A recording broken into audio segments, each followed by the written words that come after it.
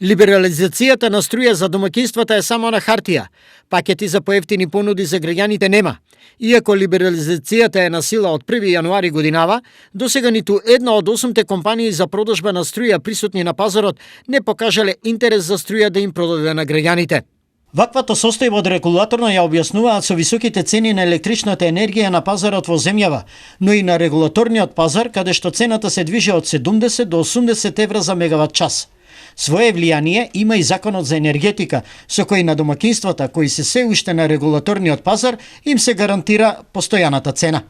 Иако понуда нема, државата ги прецизираше условите и постапките за сите оние кои евентуално би сакале да го сменат снабдувачот со струја. По автоматизам, тие што се на регулиран пазар, си остануваат на регулиран пазар, нема обврска да известуваат, единствено доколку сакаат да го променат својот снабдувач, нивниот снабдувач во нивно име ќе започне постапка за промена на снабдувач и за тоа ќе треба да ја извести дистрибутивната компанија. За разлика од игнорантскиот однос кон граѓаните, во изминативе 2 месеци склучени се договори со плаќачите на индустријска струја.